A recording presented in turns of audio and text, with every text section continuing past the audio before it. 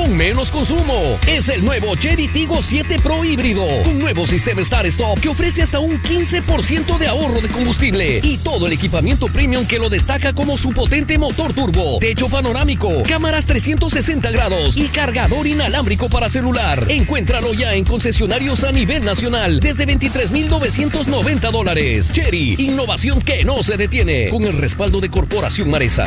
Ustedes, los que saben que los sueños de los ecuatorianos se cubren con los mejores techos. Saben que los proyectos se sostienen con los productos de la más alta calidad.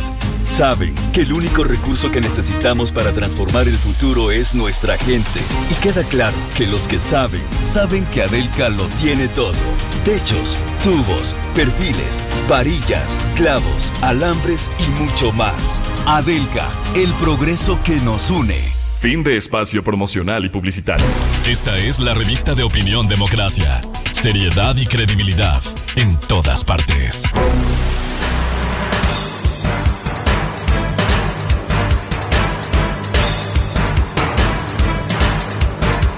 Siete 41 minutos en el territorio continental ecuatoriano, buscando la verdad y abogando por la unidad nacional para recuperar la paz y la seguridad en el Ecuador. Queremos dar la bienvenida a nuestro siguiente invitado, el doctor René Ortiz Durán, ex ministro de Energía, ex secretario de la OPEP. Lo invitamos a un diálogo de algo que en el pasado reciente abordamos con el mismo doctor René Ortiz. Antes de la consulta popular del año anterior, cuando se pretendía dejar de explotar una parte en el Yasuní, en el bloque 43, se advirtió las consecuencias, se advirtió.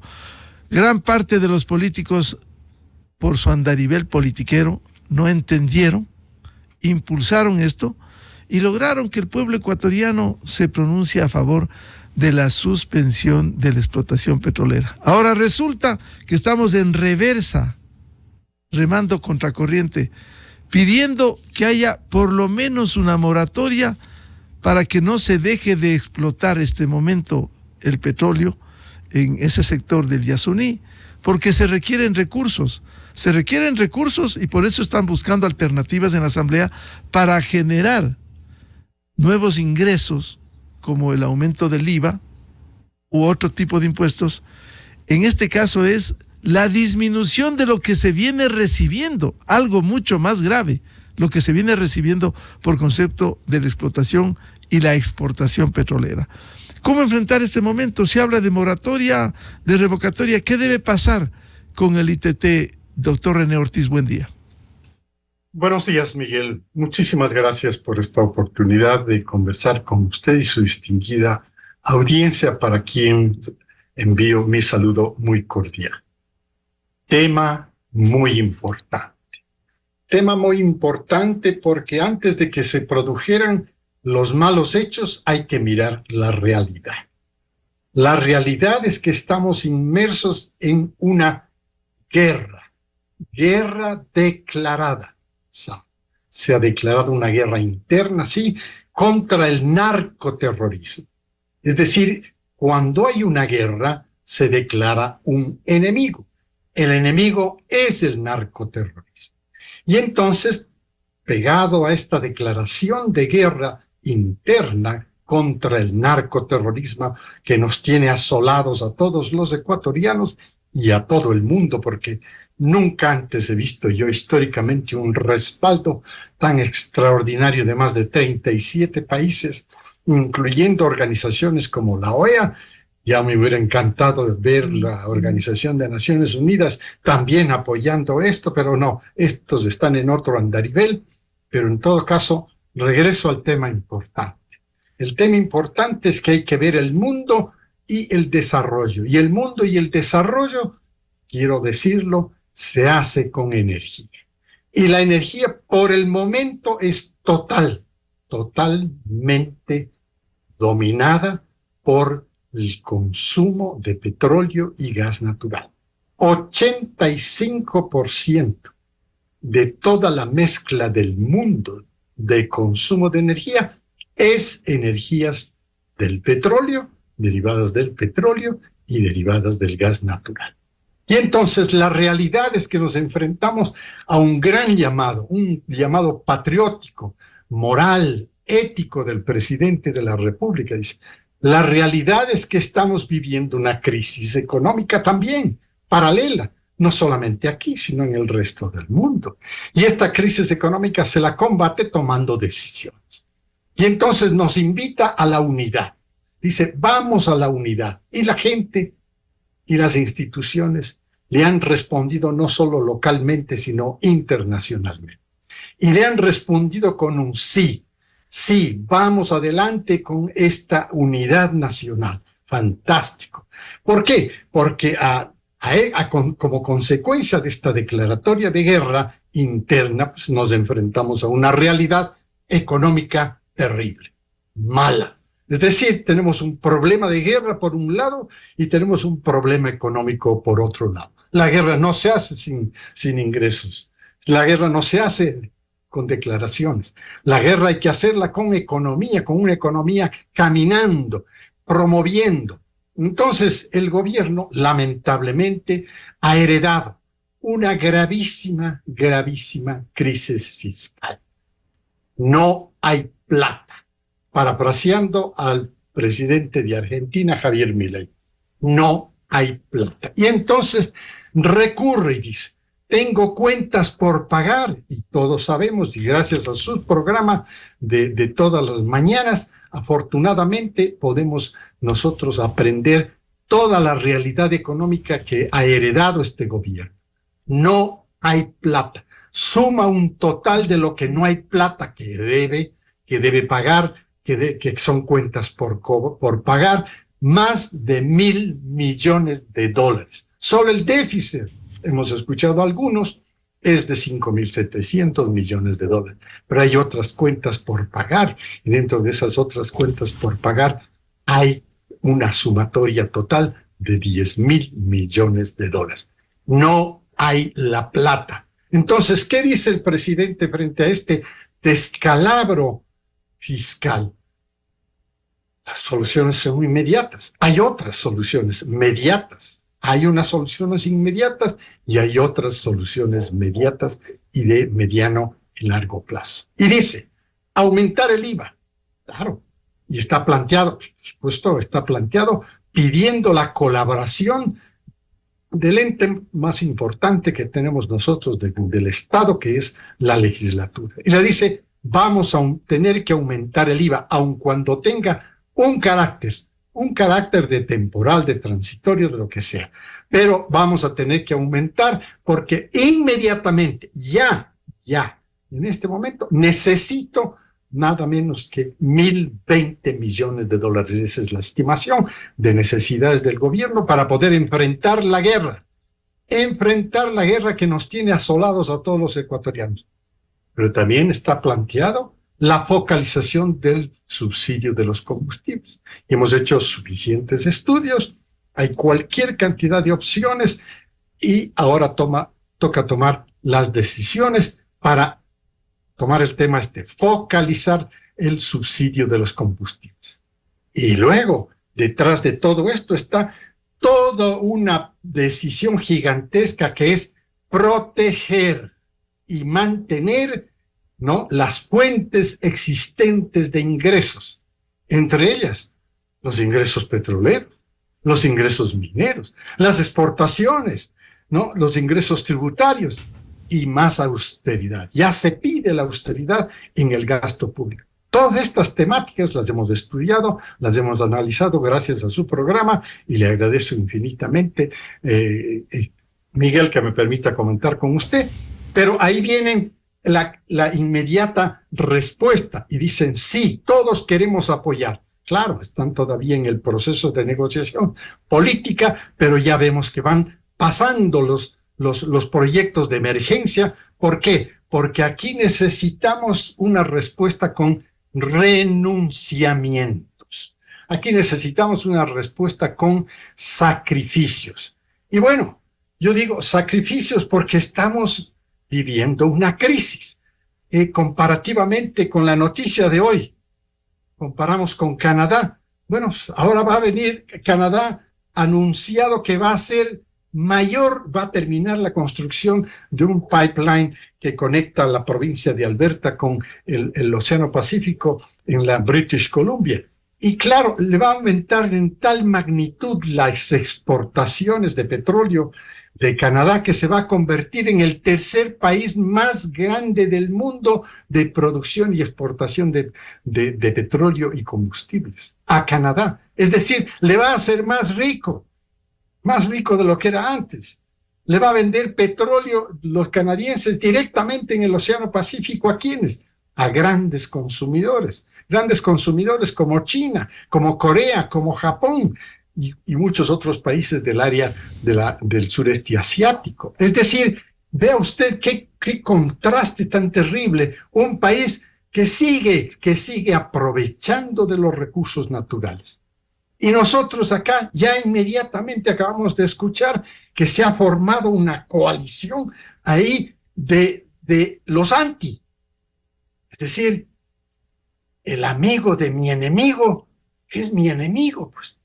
Y entonces aquí tenemos nosotros que se nos ha planteado una unidad nacional, y a esa unidad nacional saltan los Yasunidos, que se han unido con los perdedores de las elecciones recientes, con los indígenas, con el liderazgo indígena, y han declarado que no van a dejar tocar el tema de la resolución de la consulta popular del pasado agosto de 2021.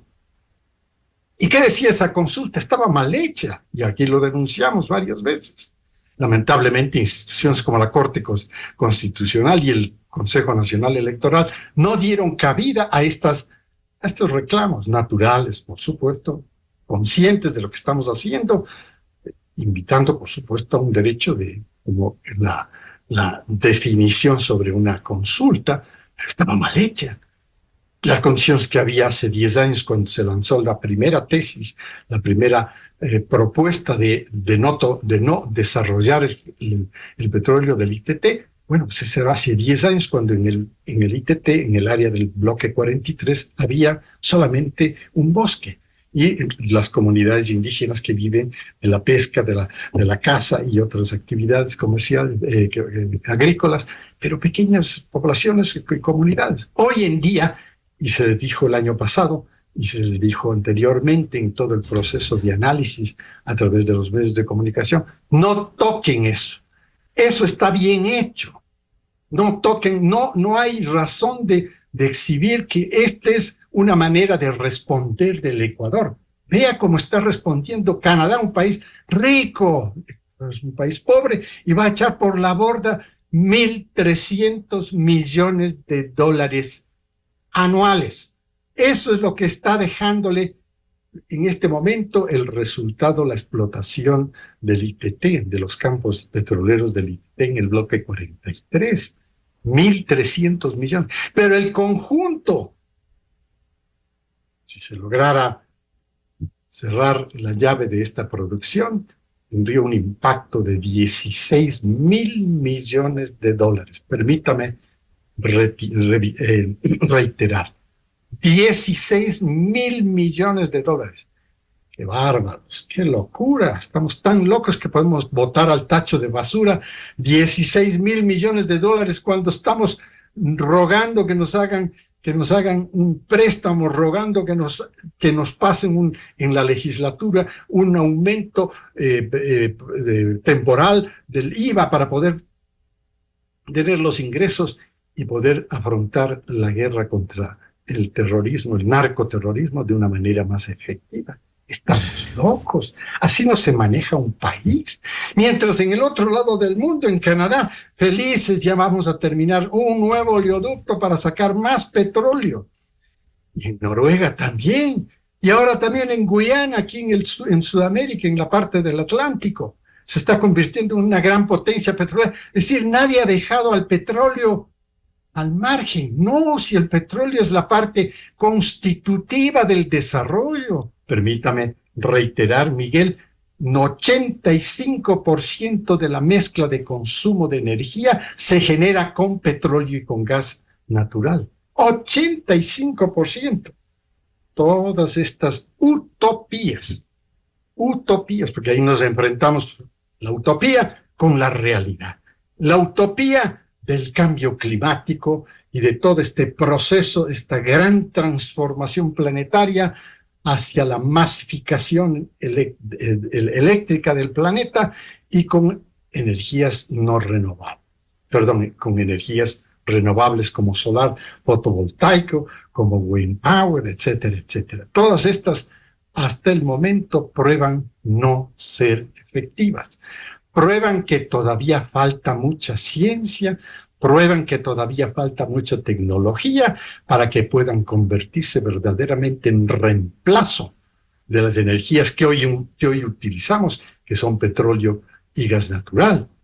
Y hemos llegado a una situación en que, por ejemplo, hoy día el área boreal, toda la parte norte del planeta, está viviendo un invierno crudo, y sumamente crudo, en donde los tótems con los cuales se hacen las recargas eléctricas no funcionan. ¡Ay, falló! ¿Falló la tecnología? No están preparados, no estamos preparados como planeta, porque a todas las condiciones hay que tener una respuesta. Las condiciones pueden cambiar y son cambiantes.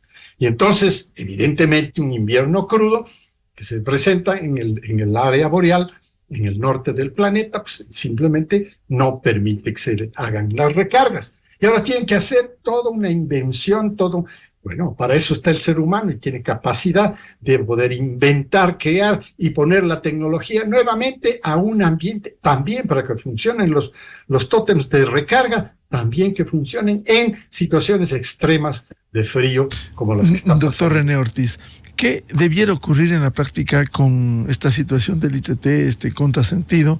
Como usted bien ha citado, leíamos la publicación del Economista, Canadá se prepara para inundar el mercado de petróleo con la apertura de un gran oleoducto. Es decir, Canadá, que tiene enormes reservas, va a seguir aprovechando ese petróleo, mientras el Ecuador, teniendo esos recursos en el ITT, hubo un pronunciamiento popular y ahora no se sabe qué hacer. Se necesitan recursos nuevos, permanentes, y ahora el desafío de suspender ingresos, como es lo del ITT. ¿Cómo entender ese contrasentido y cuál es la alternativa? El presidente de la República ha hecho una propuesta muy prudente, una moratoria. Es decir, pongámosle un suspenso, un pare momentáneo, porque necesitamos que siga produciendo y ojalá aumente más la producción, porque es un campo nuevo del ITT y entonces está en la capacidad de poder aumentar y hay que meterle todos los recursos financieros que sean posibles para aumentar la producción del ITT. En la moratoria está clarísimamente planteado por el presidente. ¡Qué prudencia! Dice. Moratoria. Y hay una gran respuesta. Todos dicen, claro. Y dicen, bueno, también focalicemos los subsidios de los combustibles. Por supuesto, vamos adelante. ¿Por qué? Porque quiero reiterar, son 10,000 millones de dólares, 10,000 millones de dólares que no se pueden pagar en este momento, que son cuentas por pagar, que son déficits fiscales. Entonces, hay que aprovechar el momento. Esto dice el presidente con su planteamiento. Vamos a la moratoria. Vamos a una moratoria temporal. ¿Cuánto puede durar esta? Bueno, pues lo que pueda durar durante la guerra. Y por eso digo, tiene en este momento el presidente la decisión de proteger, y por supuesto, aumentar, si es posible, los ingresos tributarios, aumentar los ingresos petroleros, aumentar los ingresos mineros, etcétera, etcétera. Es decir, tenemos los recursos para poder afrontar la guerra y queremos tirarlos al tacho de basura, como es, no, vamos a tener que aplicar la consulta popular, también es una vía, es la vía de la consulta. Entonces, por supuesto, si es que esta vía es dirigida por los poderes del Estado, pues muy bien, entonces le planteamos al gobierno, a la ciudadanía, una nueva consulta frente al descalabro fiscal, una nueva consulta frente al problema de necesidades de ingresos para combatir el narcoterrorismo. Entonces, tenemos dos propuestas muy interesantes que están siendo barajadas directamente con el legislativo. Hay que apelar a que el legislativo apoye esto. incluidos esos 6 legisladores del mundo indigenista que ha llegado al poder. Pues 6 legisladores es nada, simplemente hay un rechazo y aquí quiere renacer. Ya se agarraron de un tema nacional de urgencia, el descalabro económico que vive el país y enfrentar al narcoterrorismo con una guerra interna. Necesitamos el dinero. Y ya apareció el señor, dice, no, nosotros queremos que inmediatamente se entre en el desmantelamiento de todas las instalaciones del ITT. Y los 1.300 millones que produce hoy día, y los 16.000 millones que producirá en los próximos años. Vamos, somos un país pobre, y hay que entender cómo manejar la pobreza, aún en las situaciones de emergencia como las actuales. Entonces hay que apoyar y hay que buscar que la legislatura, que haya un llamado a todos los movimientos y partidos políticos que conforman la legislatura, saquen inmediatamente el apoyo que necesita el presidente de la República para que se vea la unidad. Lo que nosotros necesitamos mostrar frente a este enemigo gigantesco que ha crecido en el Ecuador, que es el narcoterrorismo y todas sus derivaciones. Por supuesto, el enemigo también tiene que ver que nosotros tenemos una unidad nacional para combatirlos, porque han desgastado y han podrido a la sociedad ecuatoriana.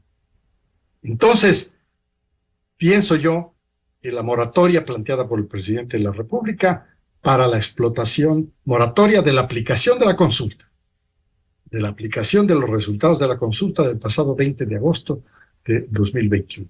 Que se aplique, perdón, el 22, que se aplique, pero después. Ahora, temporalmente, que siga la producción del ITT, temporalmente, mientras preparamos también una consulta, que es las cosas en derecho se deshacen de la misma manera que se hacen. Entonces, otra consulta, perfecto, y ahí están los caminos legales, que además hay que mantener la legalidad del manejo estatal y gubernamental y del Estado en general, la legalidad. Es decir, la guerra también tiene sus reglas. Y yo creo que el movimiento de Asunidos, el colectivo de Asunidos, tiene que aprender y entender que la guerra tiene nuevas reglas y que las realidades son diferentes. Tanto la realidad de hace 10 años como la realidad de la elección en la consulta popular sobre la explotación de los campos ITT, y como la realidad actual de estar inmersos en una guerra contra el narcoterrorismo. Más realidad ya no la podemos pintar. Claro. ¿Qué implicaría una moratoria? Poner en consideración del pueblo, dadas las condiciones de este conflicto armado interno que vive el Ecuador. Dadas las condiciones, moratoria, ¿por qué tiempo? ¿En qué condiciones?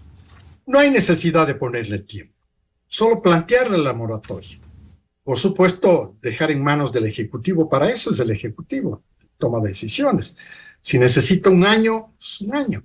Si necesita menos de un año, pues menos de un año. Y si necesita preparar una nueva consulta, que se prepare una nueva consulta para, precisamente en el marco jurídico, deshacer las cosas que se hicieron para la consulta. Y es que también es una oportunidad ya desde el punto absolutamente jurídico, es una necesidad de corregir todo este proceso de consulta, porque la consulta fue mal hecha.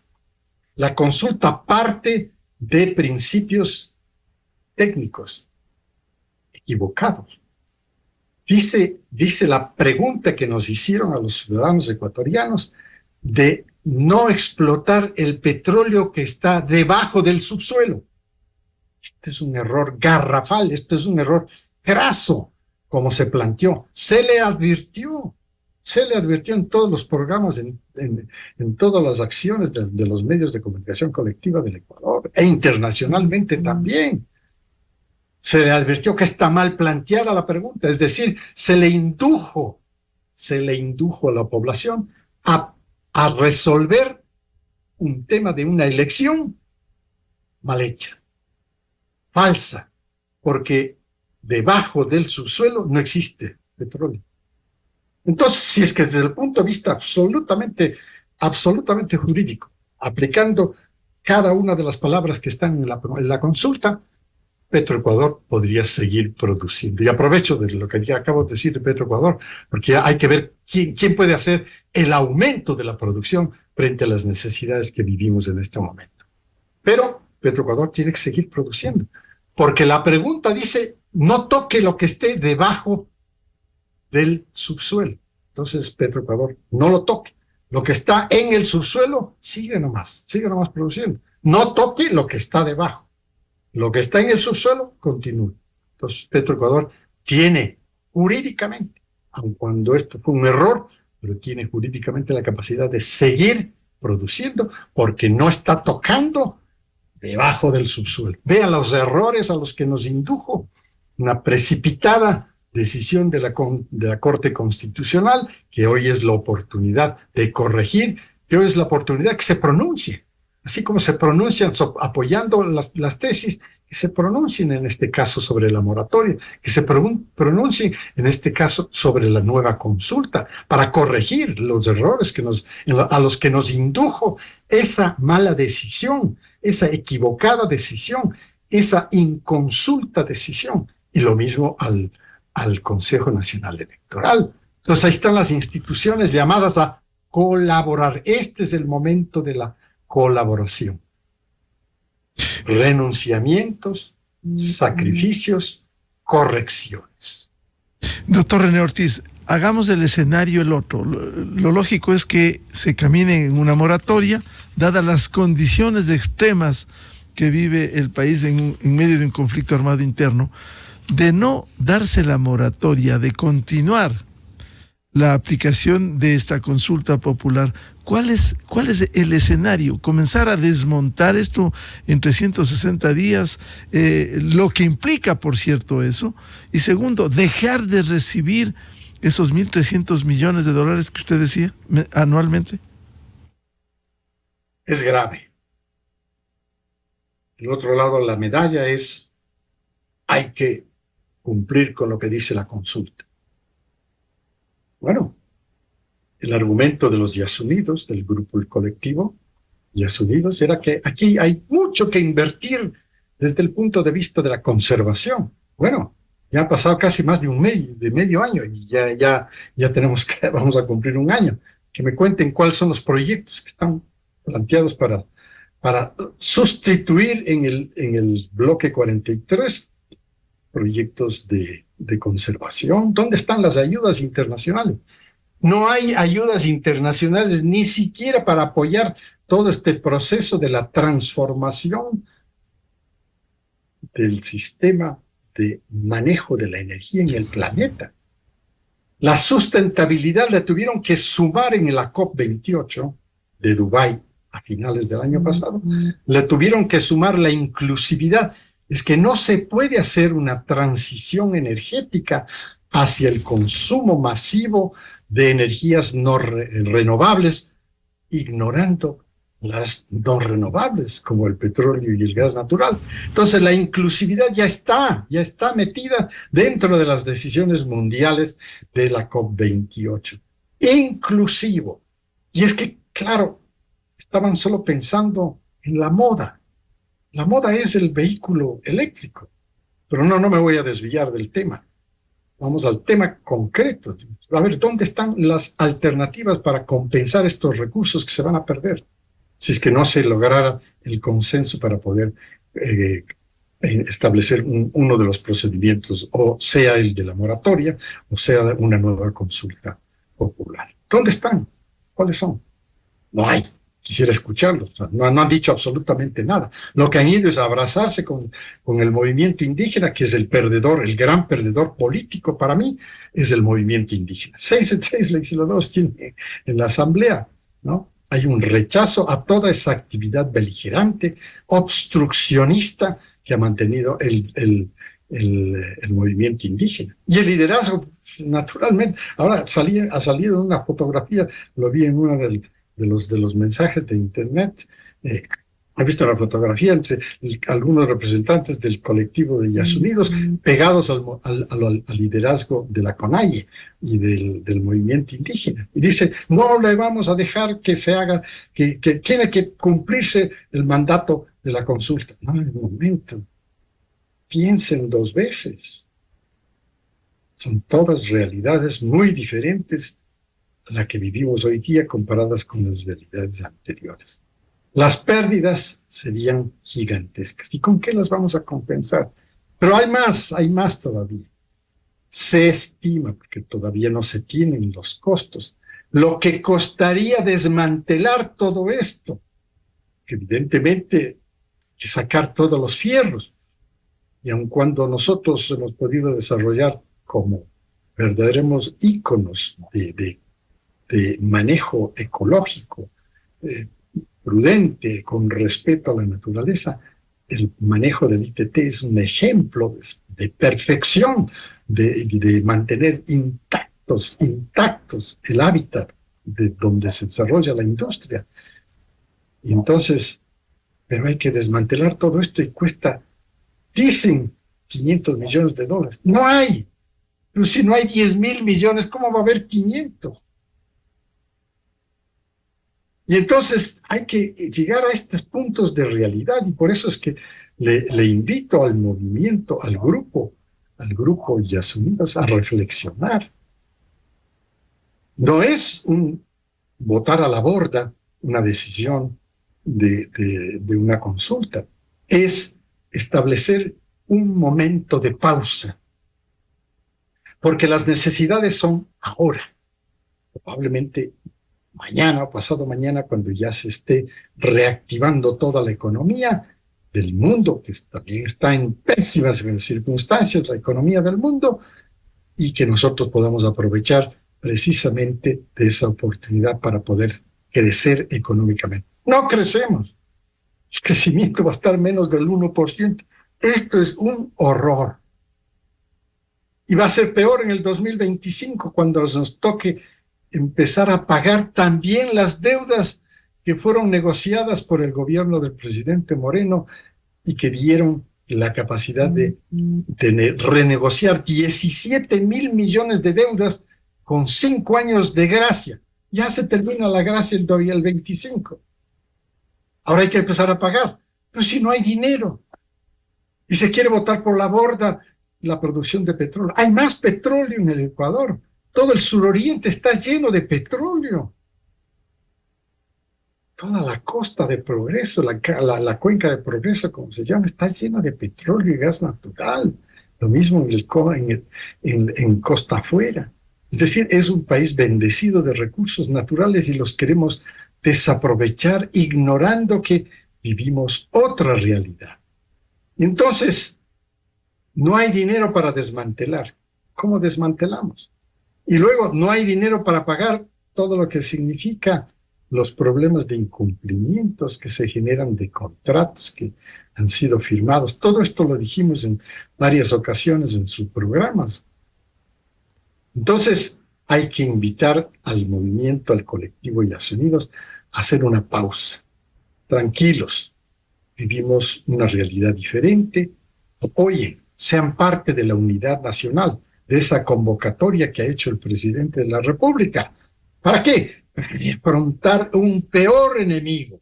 Pero no se pongan en el lado del enemigo.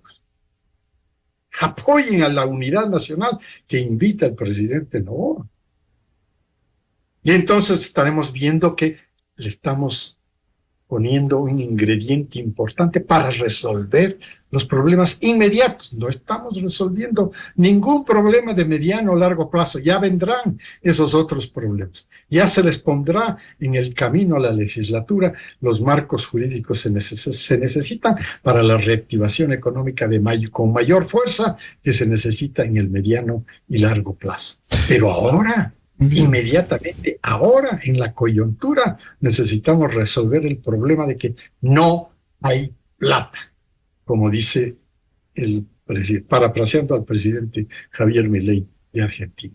No hay plata. Esa es la realidad, pero hay que enfrentarle al enemigo, porque si no el enemigo va a sentirse más poderoso.